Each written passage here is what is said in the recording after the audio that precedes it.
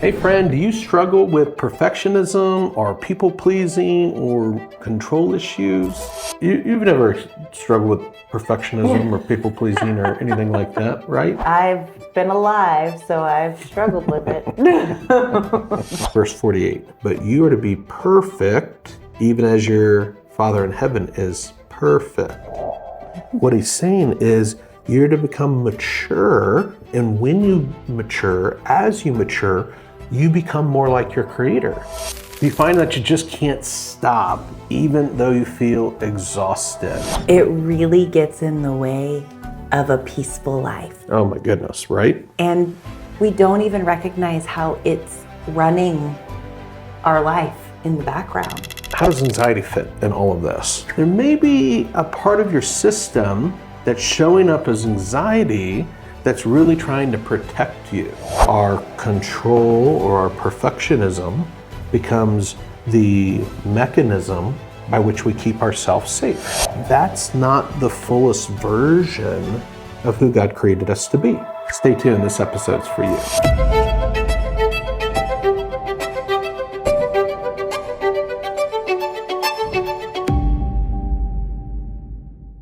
Welcome, and thank you for being here.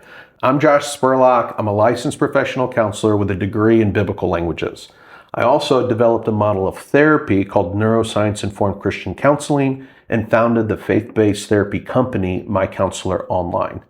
Every month, my team and I help thousands of people mature into their true self and experience true happiness. We have a 93% success rate and 4.8 stars on Trustpilot. It just works. And in this podcast, we share the secrets we've learned to true happiness, the abundant life that Jesus spoke of in John 10:10. So thanks for joining us. Let's learn something together. Hey friend, in this episode, we're going to look at perfectionism. And are we supposed to be perfect? Like, doesn't this Bible say something about be perfect? No, what are we talking about here? People pleasing? Where does this come from? Is it bad? Is it good? Is it unhelpful? Is it just normal? What is it? And how does anxiety fit in all of this? Like, what's the role of anxiety in this? So we're going to unpack all of that in today's episode. So let's dive in. Joined here by my lovely wife and co-host, Cassie Spurlock. And you've never struggled with perfectionism or people pleasing or anything like that, right? Like, this is all new to you. I've been alive, so I've struggled with it. I've struggled with people pleasing and perfectionism even more so.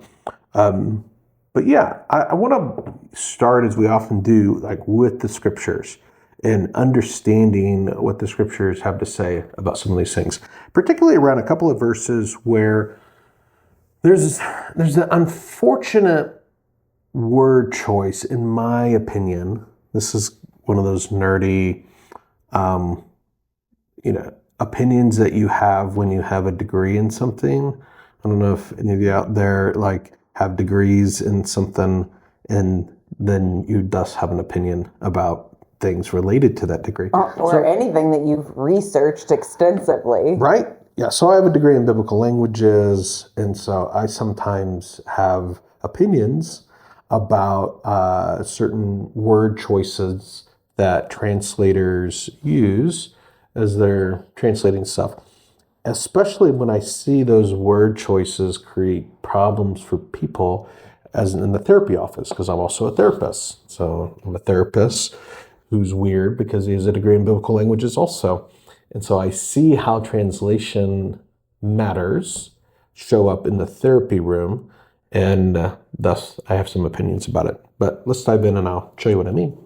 So let's take a look at Matthew chapter 5 and looking at verse 48. I'm actually going to start up in verse 43 because I think the context is helpful.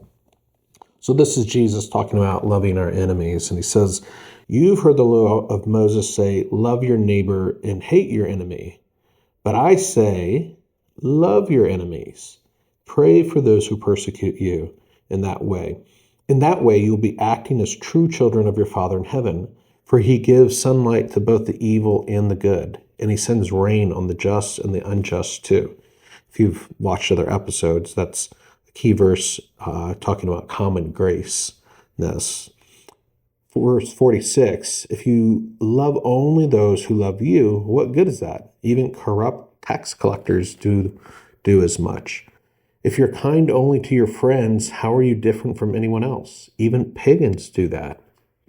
Verse 48, but you are to be perfect, even as your Father in heaven is perfect. So it's this word translated perfect here that I have a little bit of an issue with. You just feel it itching under your skin. I do. I feel it itching under my skin a little bit here. So the word here is teleos, right? And the meaning of the word is not well aligned with our English word perfect. When we think of the English word perfect, we're thinking about without imperfection, right? That there's no error in it. Right. But that's not actually what the word teleos means. It actually is more about the end purpose of a thing. That is, it's a matter of maturation. That mature fruit or teleos fruit would be fruit that has fully become what it's going to become. A seed is not teleos, it's not perfect, because it's only a shadow of what it's going to become. A fruit that's not finished ripening isn't teleos because it's not fully to the end of what it's going to become. And so the meaning of the word is really about maturity, not about without any imperfection within it. Now, it's true that, like in this context, that our Father in heaven doesn't have any imperfections. But what Jesus is saying is you're not going to become God. Right. Yeah. He's not saying that you're going to become without defect or default, that you're going to be perfect in every way, shape, or form in the English sense of perfection. What he's saying is you're to become mature. And when you mature, as you mature, you become more like your Creator. It's in line with the concept of being, that Paul talks about being an imitator of God. That we're growing in, like in Ephesians, into the fullness of Christ. It's this idea that we are created in God's image, and the more we mature, that we become more like Him. A word we might have heard used in the church for it would be sanctification. Yeah, that the journey, the process of sanctification is a process of maturation. So you'll hear us talk a lot here on the road to happiness, and we'll say maturity is the road to happiness. That as we mature, we become our true self. That is the person who God created us to be.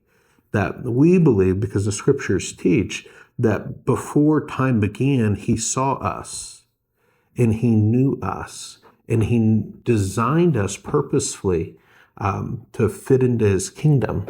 So we believe in this concept of the soul DNA, which is a parallel to their physical DNA. So if you know what physical DNA is, it's a set of instructions or blueprints that God wired into our cells that tells us how big our nose is going to be and what color our hair is going to be and our eye color and our body shape and muscle, build and all these things, that it's part of the blueprints for who it is that we're going to become.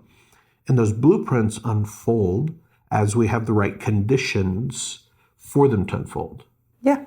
That is, God designed the DNA blueprint, but we still have to have nutrition. We still have to have shelter. We still have to have the inputs necessary for our body to build cells and to actually become what it is our DNA holds the blueprints for us to become. There's a parallel for our soul DNA, we call it, that has this blueprint for the person that God created us to be. not our physiology, but our personhood, and who he designed us to grow into and how we fit into his kingdom and the unique ways in which we reflect his character and nature and the good works that are planned out, the equipping for the good works that he's got planned out in advance for us to engage. And the perfection that Jesus is talking about here is a maturing fully into that person, or what we would call your true self. You're maturing fully into your true self. And when we mature fully into our true self, we are able to experience and navigate life in a way that's consistent with God's design for us and to enjoy it fully. We're able to participate in the abundant life that Jesus talks about in John 10:10, right? That the enemy, John 10:9, Jesus says the enemy comes to kill, steal, and destroy, but I came, right? He declares his mission as to why he came, that we might have life and have it abundantly or to the fullest in that nature.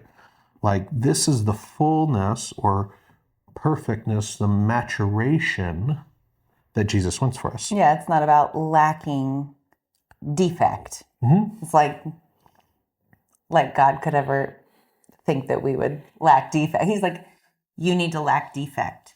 That's just not, that doesn't even make sense. Yeah. Any remove from God is imperfect, right? That God is the only perfect being in existence. And we're never going to be, Adam and Eve weren't in the garden. Obviously, have the fall that came. They were perfect. Yeah, Then angels there wouldn't be.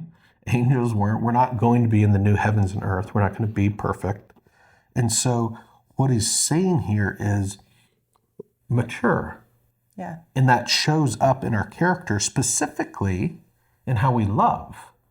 Like the context of this chapter is that as we mature into our true self, one of the fruit of that maturity is that we love others and that we have the capacity to actually even love our enemies and love like God loves, in that we love more openly and freely and broadly, not just with those who love us back, right? A couple other passages where the same word and the same conundrum come into play.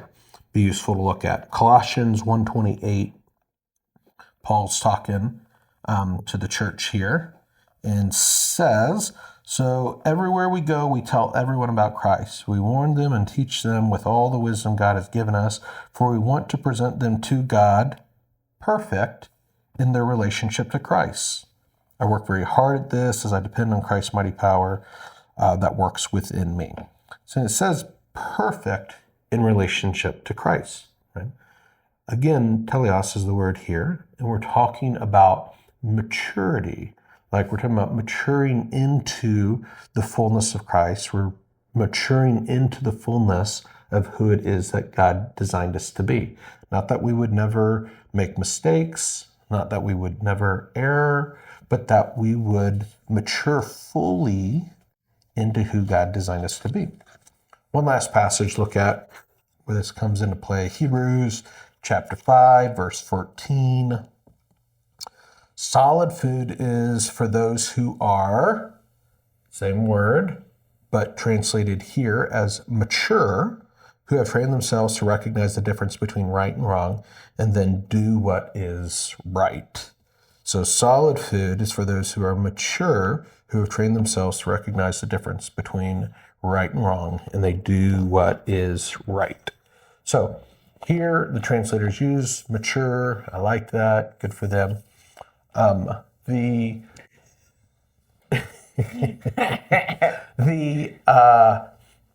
fruit then of maturity is right behavior, right? Hebrews is saying that when we are mature, that our maturity influences our choices and our behaviors, that our behavior flows from that. Immature development leads to immature behavior. Mature development leads to mature behavior, mature choices, right? So, back it up. what does this have to do with like perfectionism and people pleasing and all of these things? Are you gonna answer that? Sorry, I got distracted thinking about all of the inside jokes that happen and all the little squirrel things that my brain thinks about when you're saying things, and I just want to say them in the context of what's going on. But I'm like, these are all inside jokes, so it wouldn't make sense. Restraint. Yeah. That's not the kind of maturity we're talking about here. Way to practice restraint there. Okay, ask again. So perfectionism, right? People pleasing, control issues. They're about immaturity in some domain or aspect of our life, right? And out of our immaturity, we form defenses like immature behavior, like perfectionism, like people pleasing, that is an attempt to kind of manage the anxiety that we feel, which is where anxiety comes into play here. So let's break it down a little bit. Break it down. Break it down. Right? These are the kinds of things I think about. Yeah. Great. I'm like, after we shoot this episode, maybe I can go back and shoot a few of these wikis and we can put them in. What do you think? We should look at that. Break it down now. Break it down. Wiki. We're cool. Oh gosh, I need to take a walk. The comic relief. Yeah. The wounds that we have in our story, when they get bumped into, they create anxiety. And to manage our anxiety, we come up with, methods to manage anxiety. Yeah. So let's look at it as it pertains to perfectionism. So a lot of times when people who struggle with perfectionism, they have wounds in their story where perfection was expected of them. Yeah. When they didn't show up as perfect or what was expected, something bad happened. Something cost them in relationship. Yeah, something happened that shouldn't have happened. It was painful for them. And they learned, rather they were consciously learned this, usually it happened at a stage where, as kiddos, this part of our brain isn't fully developed. And so we're learning this stuff, but we're not learning it in the conscious kind of way that we think of like school learning or how we learn as adults. But instead, it's a reflexive learning that our nervous system absorbs from our experiences and makes a plan as to what to do in the future to avoid pain from happening. And so we get the message that our not being perfect results in pain. And so our nervous system says, never again. Yeah, we're going to do everything that we can within our power that we can possibly think of to make sure we show up perfectly so that we never have to experience this pain again. Yeah, and any time that we are faced with imperfection or the possibility of imperfection, we get anxious. Yeah. Right? Or like if we don't know how to show up perfect in a situation, that's scary. Right, it's scary. There's a fear response within our body that something bad is going to happen if we don't show up perfectly. And so the alarm system, we've talked about anxiety. Go back, check out the other episodes if you're new here. The anxiety smoke alarm goes off to warn us of the potential danger that we are facing if we don't show up perfectly in this situation. And so our control or our perfectionism becomes the mechanism by which we keep ourselves safe. Yeah. Right? Which makes sense logically based on our past experience. Yeah, we always make sense when we know the whole story, right? Our experience always makes sense. People always make sense when you know the whole story. And so a lot of times when we struggle with perfectionism, that perfectionism is a defense or a tool that or we learned to help regulate our anxiety that creeps up when we face the potential threat of not being perfect at something. And that fear learned from our experience that something bad might happen. But dude, it really gets in the way of a peaceful life. Oh my goodness, right? And It's exhausting. it can be about things that we even know logically don't matter. We're like, well, if I don't pick up this item from the store today, but I pick it up a different day, but something in our brain's like, but if we don't pick it up today, something could happen. Something could be bad. Something could, be painful. We don't even recognize how it's running our life in the background. And stealing our peace and stealing our joy in that of those around us. Oh, for right? sure. Yeah. That anxiety as coming as a result of these wounds getting bumped into, and then the perfectionism we call a defense is a way of managing that anxiety. It's a way of regulating our nervous system through perfectionism in order to get away from those bad feelings of feeling anxious. Yeah. Right? But we can actually instead get curious about that anxiety and allow that curiosity to connect the dots with the wounds that are triggering that anxiety. And we can have healing, life-giving experiences around those wounds in a way that heals and transforms them. But collectively, the wounds and gaps and the immature habits or defenses that we use to regulate our anxiety and to manage our wounds and our gaps in the absence of healing, we refer to that as our false self. And it's this immature version of us. And immature not like in a childish sense, but an immature in the sense like we just referenced in the scriptures. Like that's not the fullest version of who God created us to be. Yeah, sometimes we talk about somebody being immature and it's like a dig. Mm-hmm. But that's not what we're talking about here. It's not a dig. It's just a recognition of there being something getting in the way of you at this current state, me at this current state, and what God designed for our full, abundant lives to be. Yeah, there's this picture of who God created us to be.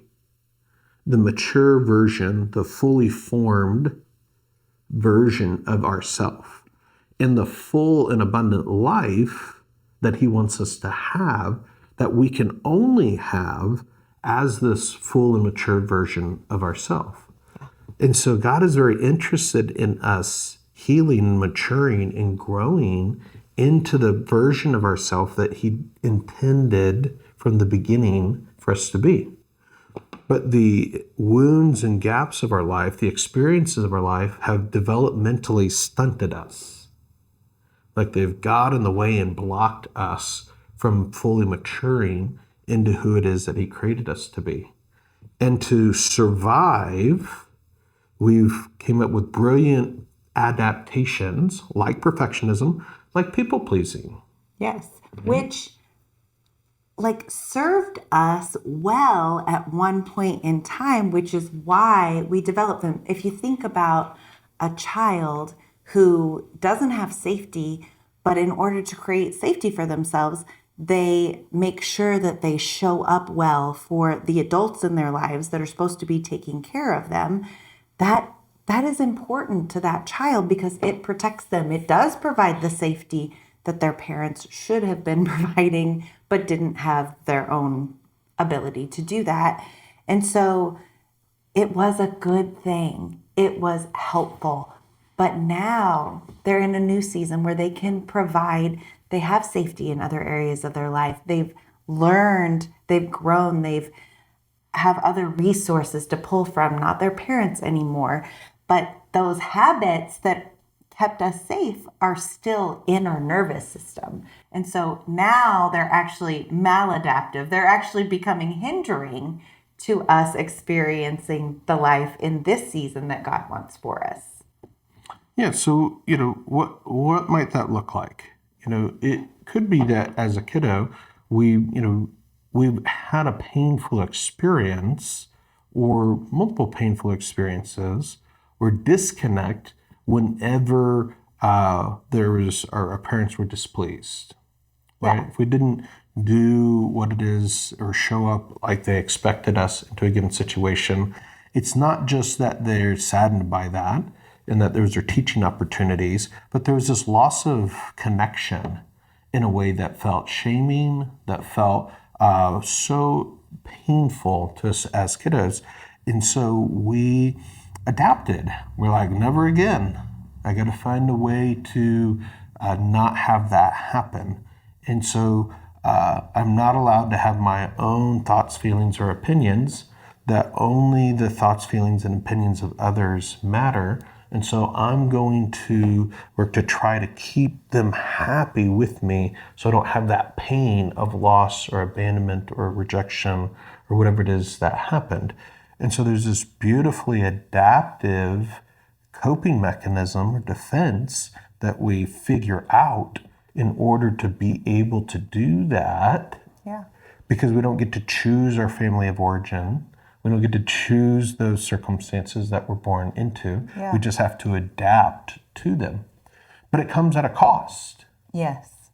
We don't get to develop our own personhood. It stunts our growth and development, that we stay immature then, and that keeps us from really experiencing the fullness of life, the true happiness, the peace, the joy, the hope, the satisfaction. The freedom. Yeah, the freedom that Jesus wants for us.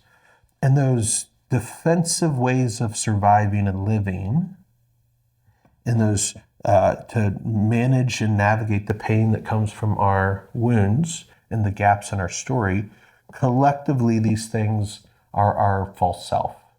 And the degree to which our life is controlled by and lived from those defensive ways of being is the degree to which we live from the false self and miss out on the fullness of life that God designed us for. In contrast, as we able to find healing and transformation around our wounds and around our gaps, that false self loses its grip. It gives way to our true self that emerges, the version of us that Jesus always intended for us to be, and a fullness of life that comes with that. And that fullness of life means one with less anxiety. Woot! And less exhaustion. We're all excited about that. Right? Because as we feel the wounds that are beneath that perfectionism and that are beneath that people-pleasing, they no longer trigger anxiety. They no longer sound the threat alarm in our nervous system. Yeah. So all of those resources that used to go to managing that alarm, are freed up now to be invested in our life and our relationships and enjoying life the way that Jesus designed us to and wants for us to. And so, there's this loss in the, call it the hidden cost of the false self, right? That we don't realize what we're missing out on in life in terms of the peace, the joy, the satisfaction. Oh my gosh, just the bandwidth for experiencing those things. Like, we don't recognize how much of that is running us instead of us having the space to choose. Yes, people feel exhausted from always having to manage all these things going on inside of them. Yeah, and they oftentimes don't even know that they're managing it. But they do know they're tired. Yeah, right. Something doesn't feel right or good. And they do know that they feel frustrated with others in all the people pleasing they have to do, or they feel like they have to do. Yeah. Right? There's this resentment that comes along with it. And then they feel guilty about the resentment. Yeah. Right? Anybody resonate with that? Anybody feeling that? Right? Yeah. It's not the abundant life that Jesus wants. Yeah. But this is not a place, the Road to Happiness podcast is where you get finger wagged at, like this is, you're not having the life that Jesus wants for you. This is immensely practical, right? It's a hopeful pathway that we can mature into true happiness. We can mature into our true self. Like we just read some passages here, some of them that are, unfortunately translated with perfection instead of maturity. Others where the word is, in this translation, translated as maturity. But we're capturing this picture of maturity that Jesus wants for us and, the experiences that allow us to get there. That's the hopeful message of the gospel and of the scriptures and of sanctification. And it's the hopeful message of this podcast. The road to happiness is maturity, and we can have life-giving experiences that mature us into our true self and thus enable us to experience true happiness. Hey friend, thanks for hanging out with us. If you've learned something, please subscribe and share it with somebody you love. You'll probably also like some of the other videos that we have, and so we'll link to those around here. Check them out, and we'll keep learning together. And remember, Jesus wants you to live an abundant life, to mature into your true self, like the version of you that he created you to be and that he wants you to mature into, so that you can experience true happiness in him, a life characterized by peace, joy, and hope. And we're here cheering you on as you mature into your true self and experience true happiness. We love you, and we'll see you down the road.